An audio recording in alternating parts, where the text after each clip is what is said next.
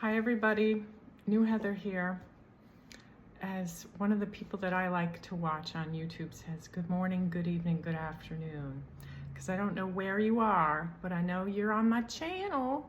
And I want you to know that the reason why I keep saying tips, tricks, tools, and tactics, how to blow up your pretty on the outside life and run it like an op, is that at no time should you underestimate the stuff that's coming up and its power to hijack you and actually derail you. So I want you to think about how special ops work. And even if you're the most gentle person and you're sweet and you love and you're loving, what is your goal? Your goal is to get yourself and your family, as in your pets, your kids, whoever you need to get out besides you, if you're with somebody who's a down low abuser.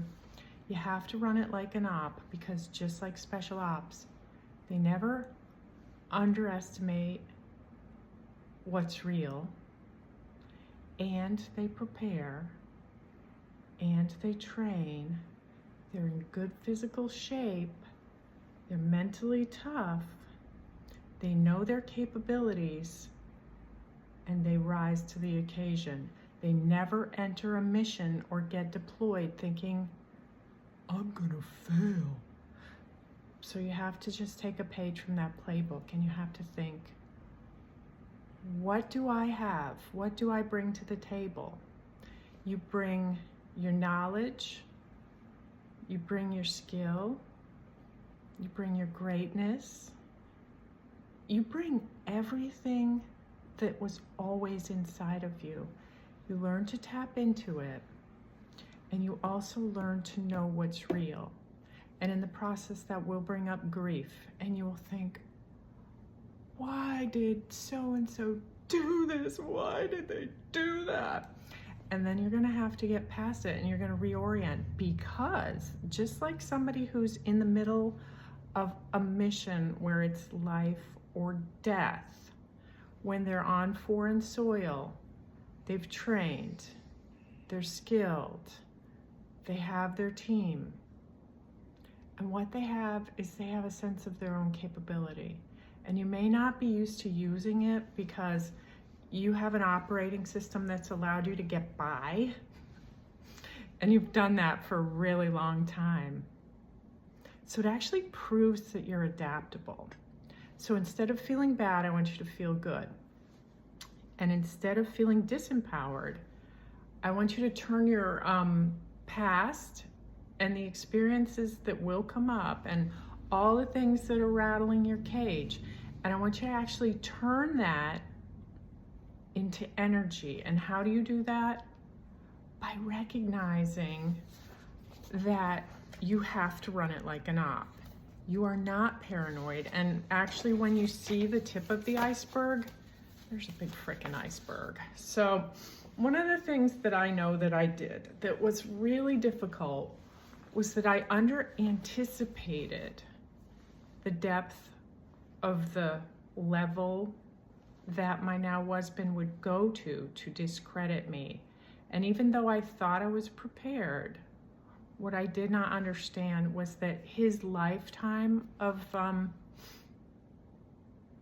being capable of gaming people, getting away with things, doing things in a way that I would never do them, allowed him to be super great at telling his story and hiring his counsel in such a way as it completely blindsided me how far he would go, especially in court, to try to take me down. And what I want to say is, you do have to run it like an op. And from the moment you figure out, holy crap, there's stuff going on, and I'm not staying here for this. I'm not going to die on this hill with that person. Okay? And so what I want to know is, in my heart and soul, that I did the right thing. In the moment, you're going to question yourself and you're going to be in grief. And that's when you have to dial it back into, I am a warrior. I am a warrior for myself, my spirit, the child, the pets, and the final outcome, which is you getting free. So here's what you're gonna do. Know that the special ops, they never go into a mission thinking it's gonna fail. They rely on their team, and they have trained, and they have trained, and they have trained. And when they get the call, they gotta go. So you plan, and you go. But you have to make sure that you have the tools you need. And one of those tools is that you believe in yourself, you believe in your outcome, and in the moment when stuff's going on and you're like, you get calm. You give yourself tools. One of the tools you need is a credit card in your own name that your supposed loving partner doesn't know about. So if you don't already have a credit card in your name with a zero balance and your credit's good, you're going to apply for a credit card in your own name. You're going to have it delivered to the P.O. box. You will have to use a physical address when you apply, but the statements can go to the P.O. box that you have in your name. So the way that I was able to execute on my op was that way back when I had taken out an American Express in my own name. And I never said anything, and I just kept that card, and I made sure that I did not use it. And to this day, I have no idea what it was about it, but I kept the card, and I made sure that when I left, I had that unused credit card. And an American Express is good because it doesn't necessarily have a credit limit, or if it does, it's usually a really good one if your credit's okay. If you can't get a credit card, you have to have cash that you've taken out before you leave. And then you have to have somebody who's willing to lend you money if you don't have money. Because once you file on somebody who's a down low abuser / covert narc, they will stop at nothing. And what that means is if there's an order to vacate, they won't vacate the home. If there's a restraining order on joint funds, the moment that they get served and the moment that they see there's a restraining order on joint funds, they're gonna go and try to get money out of the bank. And the weirdest thing is that a bank will sometimes not honor the restraining order. They will back down. And so your person who is so used to running people and manipulate people might physically walk into the bank and intimidate the manager into giving them cash. How do I know this? Because it happened to me. And when I asked the manager, who I knew, why she did that, I didn't tip her off as to what was real and what was really going on. But she said, because it is actually his money. It was actually his money, and he could choose to violate the restraining order. And if you see in the news lately, which it's August 2nd, 2025, there's a lot of violations of restraining orders going on at the highest level. And you can see actually patterns in people that are willing to do nefarious and destructive things to other people, that they can and will take what's not supposed to be taken, and just because there's a restraining order on it doesn't mean they're not going to violate it. So that's why you need to have access to capital. You have to file from a secure location, not in your house with that person. And you have to be willing that after you file, even if there's an order to vacate and you're somewhere else, that they won't follow that order, because they actually want you to be rendered homeless. And this is disgusting and yucky. but they do it. And why do they do it? Because they know it's going to hurt you. They can walk around the house and see that, oh my gosh, she or he or they didn't take this. They left that. They left that. They're going to go through all your stuff. They're going to throw away a lot of your stuff. They're going to bag your crap up and they're going to throw it in the garbage. You're going to lose a lot of stuff, which is why you have to prepare. You have to remove documents. You should make sure you have at least 1 or 2 nice outfits for court. I didn't even think that way because when I executed on my op, I didn't have anybody to tell me this stuff. I had some guidance, but nobody said, make sure you have 2 really nice outfits for court and make sure it's 2 seasons worth of court clothes, because once you file, you're gonna have to go to court. And judges are judgy, and you need to look nice, not too flashy, but really nice. And by nice, I mean well-dressed, not the sweats, nothing tight, nothing where they could look at you and go, oh, wow, she's kind of a hoe, isn't she? Look at that skirt, look at those slutty shoes. No, you are going to be classy, you are going to be elegant, and you are going to be highly presentable. You are not going to be so fancy that they judge you as a gold digger, but you're gonna look great when you go to court.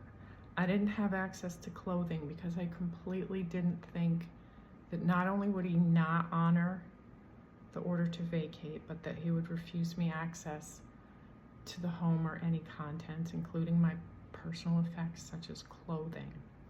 So from August into September into October, I actually had no access to anything in the house after I had driven away.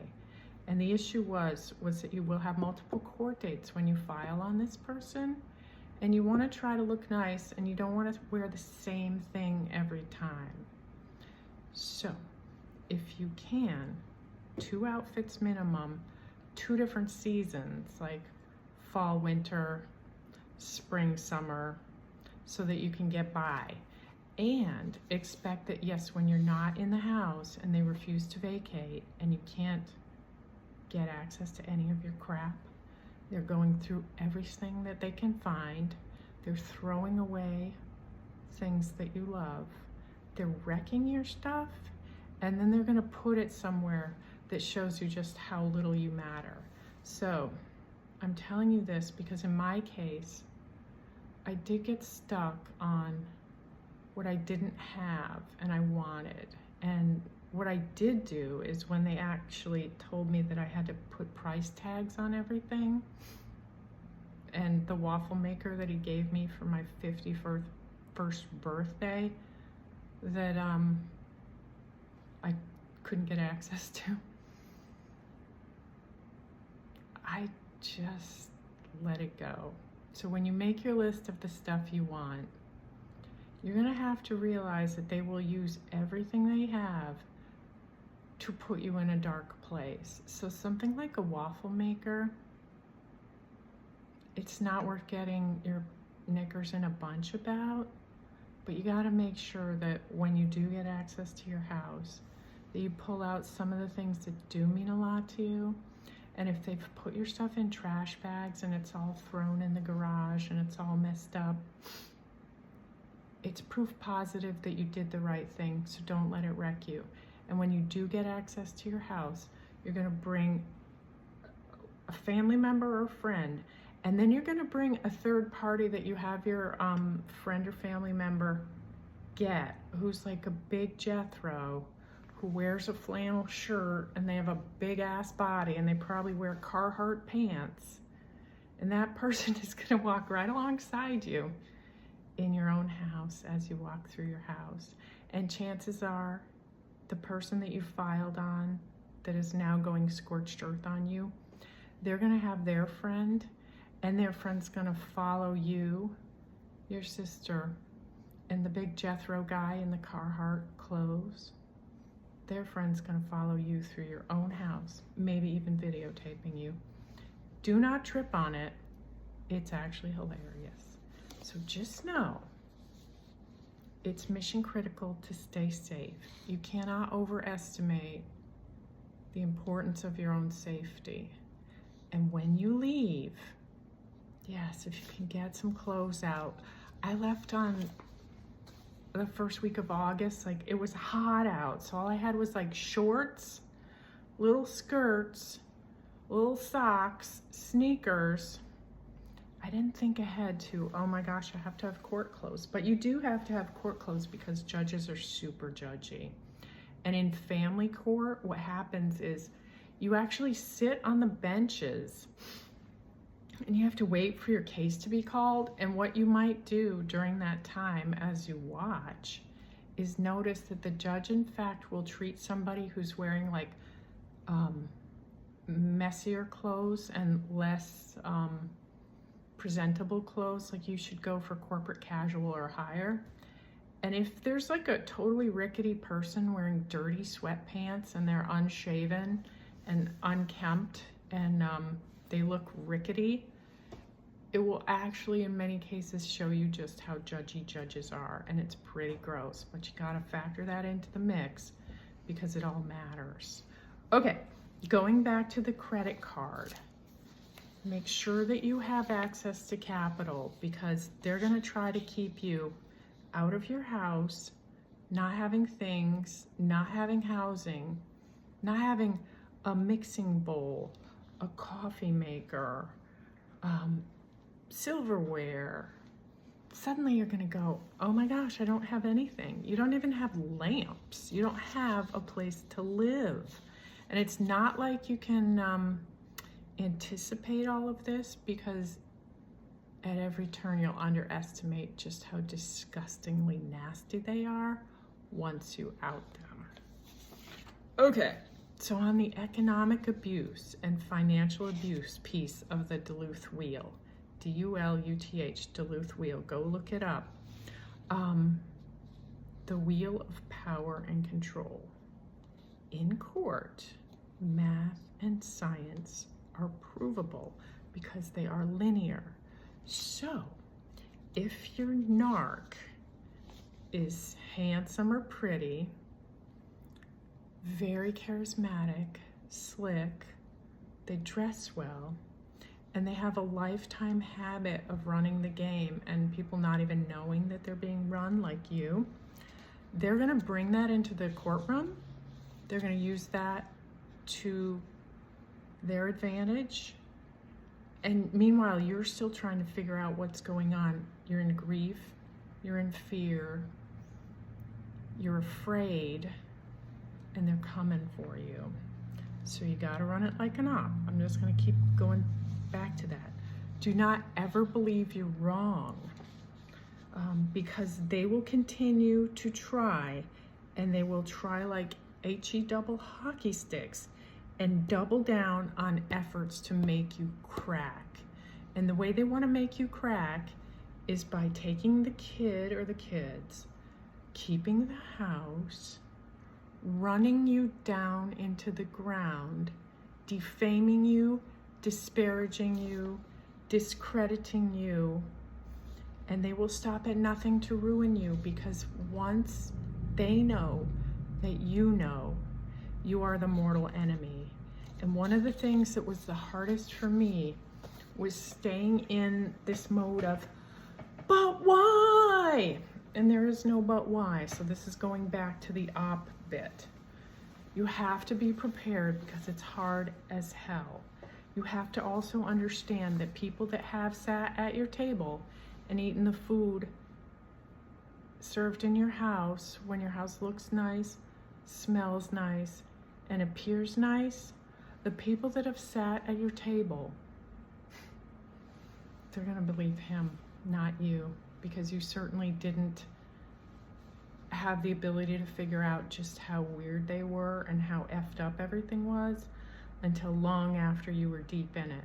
So their whole shtick is about appearing credible, and they can do it because they're gonna bring your people, your friends, they're gonna reel them in. They're gonna approach your friends after you've left and filed and you're somewhere away and safe, sleeping somewhere safely, going, oh my gosh, it feels so good to wake up alone. While you're gone, they're going to be calling your friend. They might not even call you. They might accuse you of kidnapping the children, which is why you text them. You text them back. You buy a track phone so that your kid can call them on a specific phone that only has the record of the calls, so that you can prove beyond the shadow of a doubt that you didn't kidnap the kid. If you have to go across state lines, that becomes a very slippery slope. I can't advise you on that. I advise you to try to stay in state if you are leaving with the children. And I advise you not to go dark with your narc, because they will accuse you of kidnapping. You're gonna get accused of manipulating the children. You just have to know that. I'll cover that in a different post that will be extensive. But what I want to say is, do not ever believe that you are wrong, because they will continue to try. Again, they will try like HE double hockey sticks, and they want to make you crack in court. They will use court as retribution.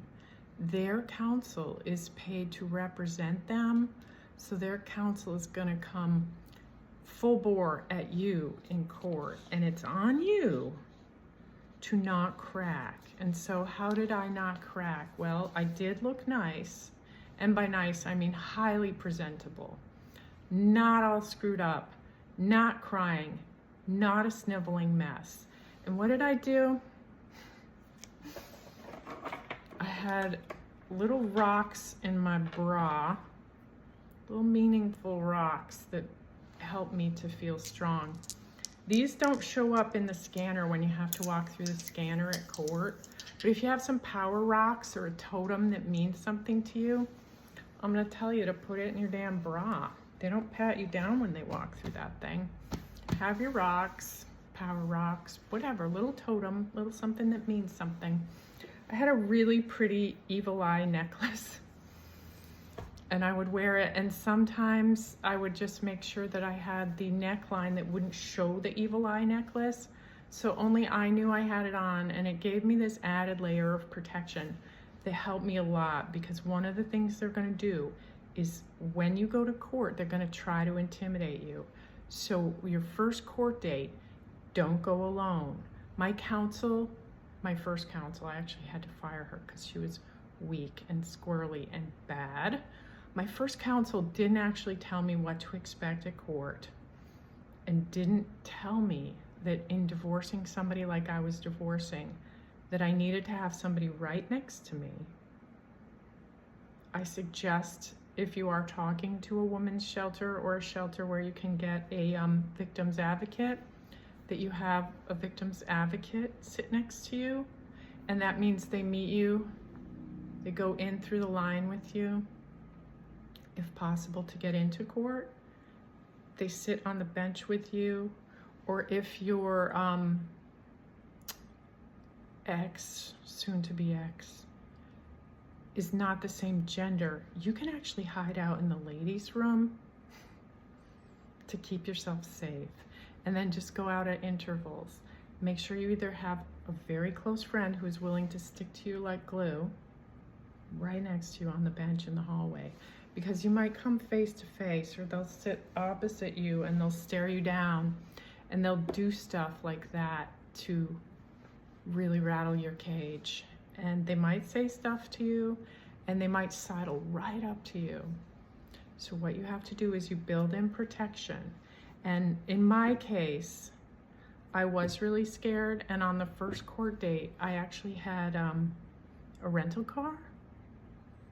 It wasn't even my car, because I knew my car was pretty easy to spot. It was a unique looking vehicle, and not everybody had that in our area.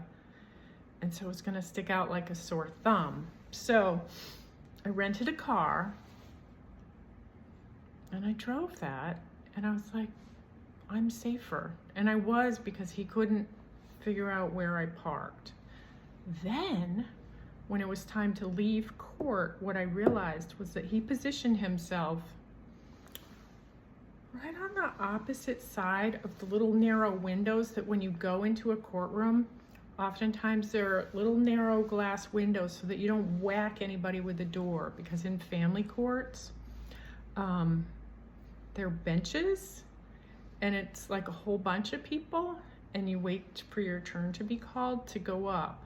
So what happened was he knew that if he positioned himself in certain ways, he could stare me down, and he tried.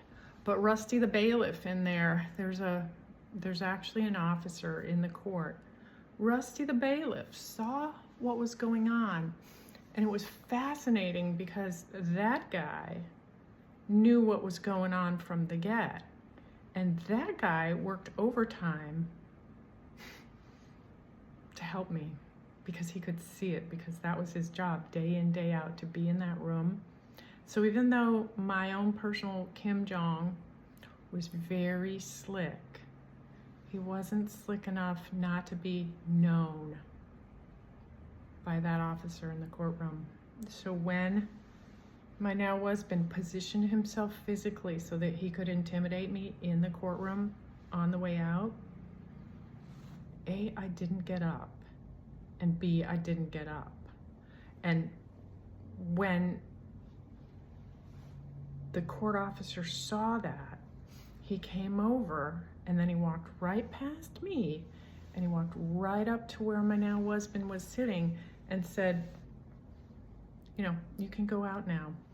And then my now husband was right through the glass where the little narrow glass window is, still staring at me. So Rusty the bailiff, that court officer, he went right out there and he told him to shove off. And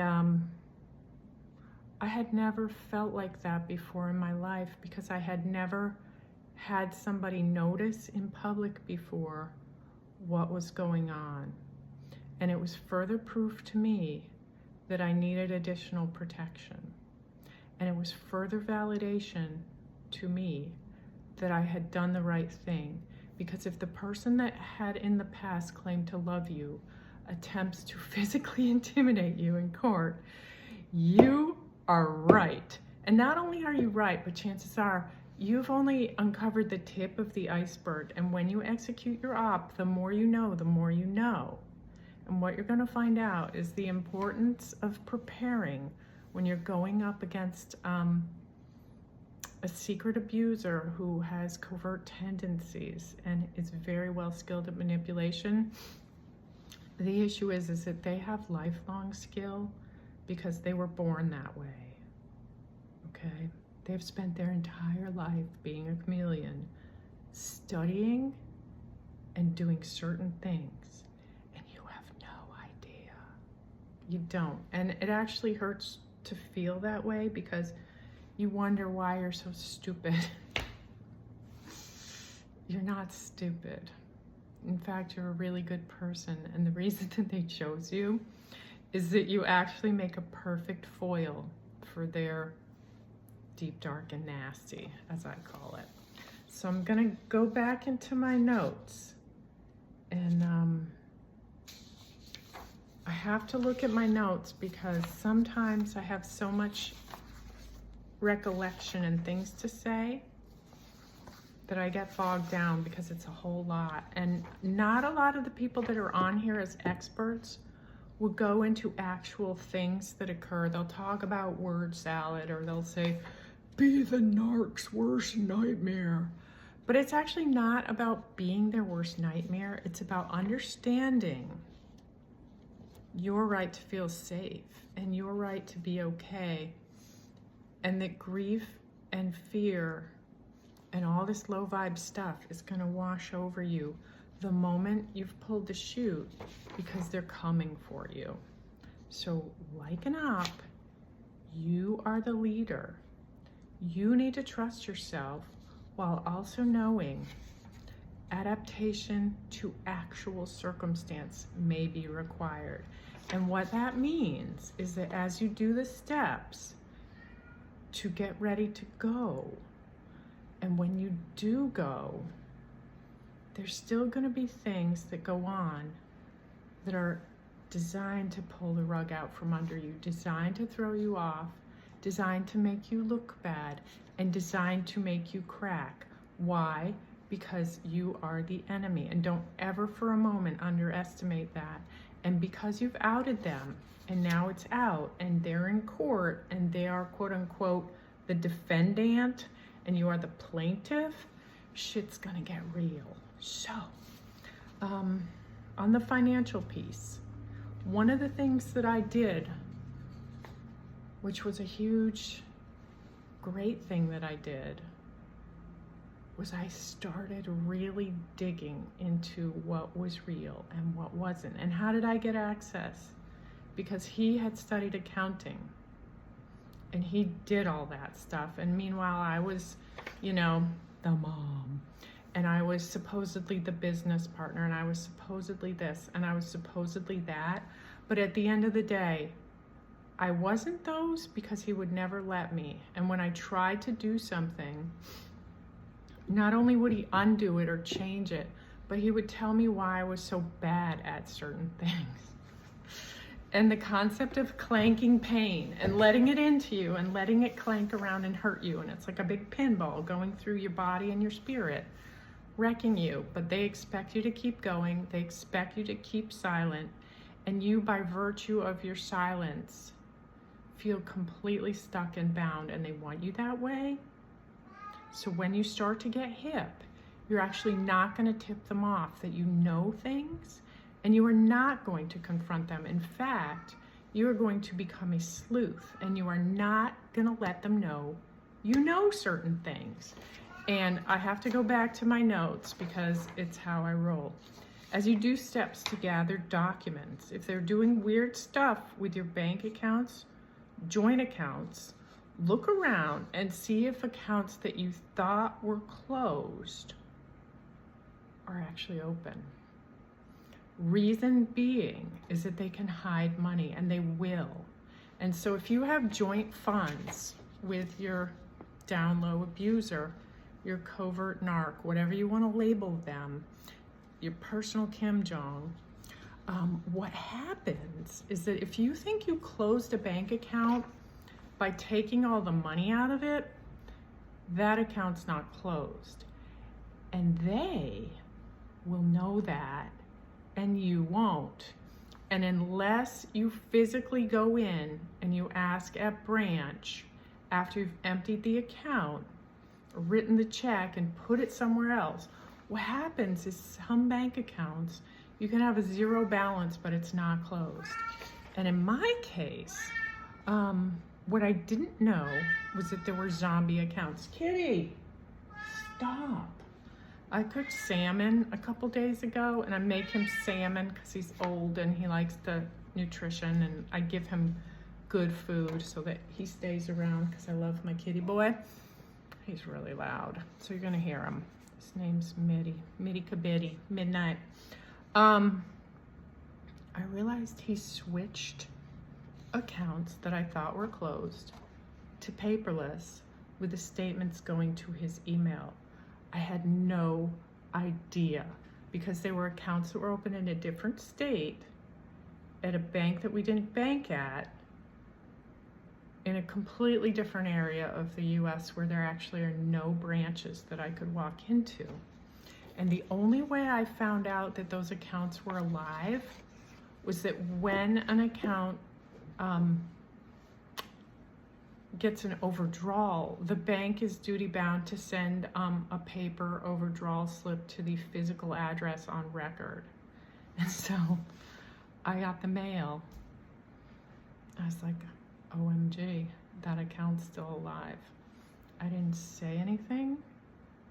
I don't know why I didn't say anything, but I guess my sixth sense and what's inside you in there, that part of you that's really still there that you think isn't, it is there. So I kept that piece of paper. And I was like, huh, that's weird. And then I looked into it and I realized not only was that account still alive, but the other account was alive. They were in a different state all the way across the country. There were no branches here. So when I called up customer service,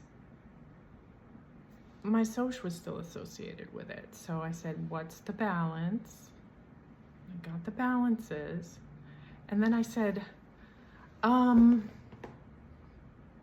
how long, can you give me some transaction history? And I wasn't online to look it up. And I actually didn't want to tip him off. So I didn't go online and log in because I wasn't sure if other notices would go across about the other party logging on or what have you. So I ordered a duplicate statement because it was on paperless, and I ordered it to go to my sister's P.O. box. And I told her, I said, hey, I said, I'm gonna have some mail delivered to the P.O. box and I just want you to save it for me, okay? And this was before I was hip to what was really going on. So she did save it and it did go there and I did look at it and I had the, oh Jesus moment. And then I knew. And then that rolled into us applying for financial aid for my kid's school, our child, as the court will force you to say. What happened then was that because my now husband was super lazy and he assumed I was really dumb, I got more access to actual financial data that he didn't think I would read or understand. So I read it and I understood it. And then when he completed his part of the application, which I had him do, I realized he left a car off, and he left a car that has value off of the application. And it was another thing showing me just how dishonest he was. And I didn't pick a fight with him. And I took that application and I read it and I made copies of it. I couldn't pick a fight with him.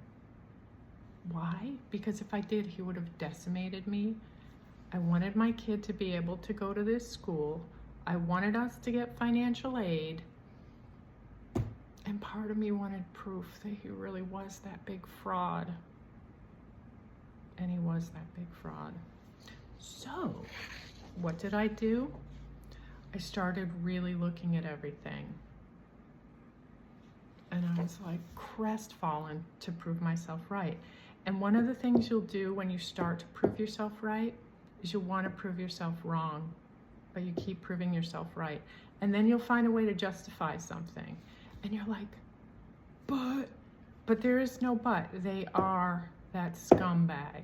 They were always that scumbag, and they were gaming you. They were playing you like a damn banjo. So, if they lie to you, they will lie to their counsel, they will lie to their friends, they will lie to your friends, they will lie to their coworkers, your coworkers, their family, and your family. And also what they're gonna do is they're gonna get out and about in public. They will join a church or something, some organization. They'll do something like volunteering, and they'll be in the community. And what does that do? It creates credibility. And so all I can say is that in another posting, I'll cover what you're gonna have to expect and what your countermeasure is, because you're gonna have to be really smart. And the best advice I have for you is never underestimate their capabilities and do whatever you can to stay safe. So here's one thing I want you to do. As you discover this stuff, it's gonna put you in grief and fear and self-doubt and worry, because you really question everything and you don't understand what's going on fully. You are like, it's in the washing machine. You're like in a washing machine and you're getting like tossed around and you don't know if you're gonna make it out. You are gonna make it out. You are running it like an op, and never for a moment are you gonna forget who you are. And when you feel your worst, you're going to say to yourself, these things that I'm finding out are proof positive that I am not wrong. And you're going to assemble, assemble, assemble. Store, store, store. Copy, copy, copy. And you're going to get that stuff off site, whether it's in a duffel bag at your sister's house or somewhere. You're going to keep your documents in a secure location.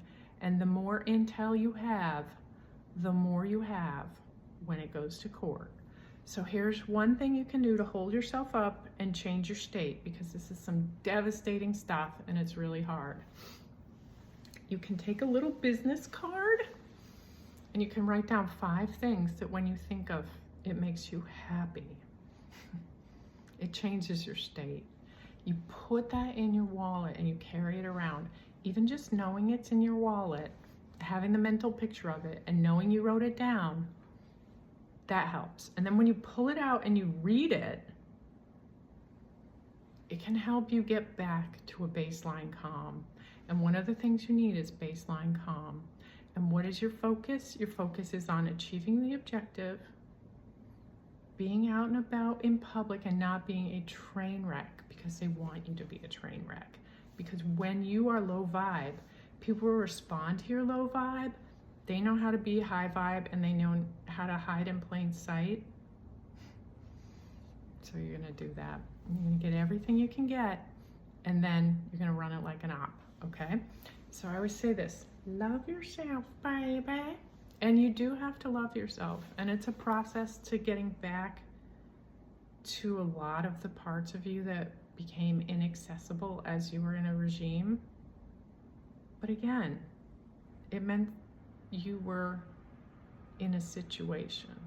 So you're gonna forgive yourself, and you're gonna think about guys like John McCain. Okay, he's a POW for 5 years. He's one of my heroes, and the reason he's my hero is that not only did he come through it, but he went back and he became a public servant for 43 years.